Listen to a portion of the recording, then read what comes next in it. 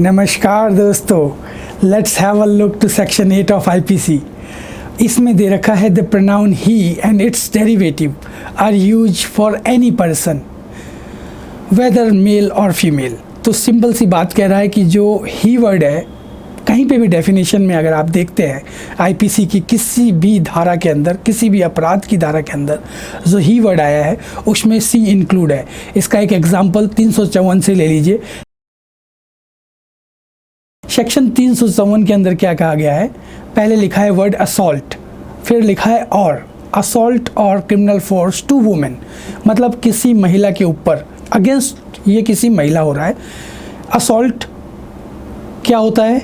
Assault बहुत छोटा सा वर्ड है मगर बहुत हानिकारक है। जस्ट लाइक अगर आप किसी पर क्रेव एंड सडन प्रोवोकेशन में या फिर नॉर्मली अपने गुस्से में किसी पर हाथ दिखा भी देते हो ना, then you just made assault. तो असॉल्ट छोटा सा है, बट क्रिमिनल फोर्स कुछ भी हो सकता है। जस्ट लाइक उस रीजनेबल फोर्स से थोड़ा सा जो ज़्यादा फोर्स यूज किया गया उसे क्रिमिनल फोर्स कहा जाता है। रीजनेबल फोर्स क्या है?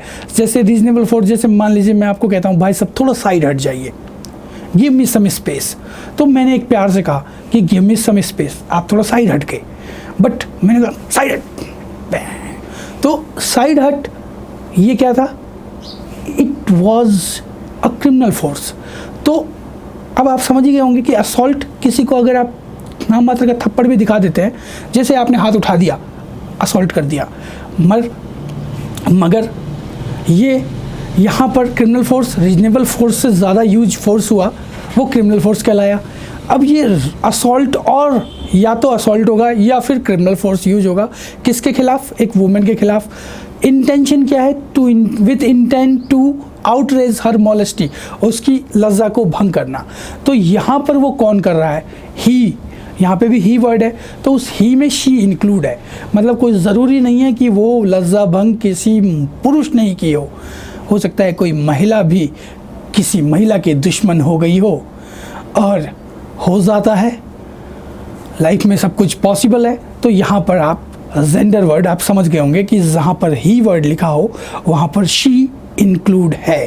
Thank you for watching.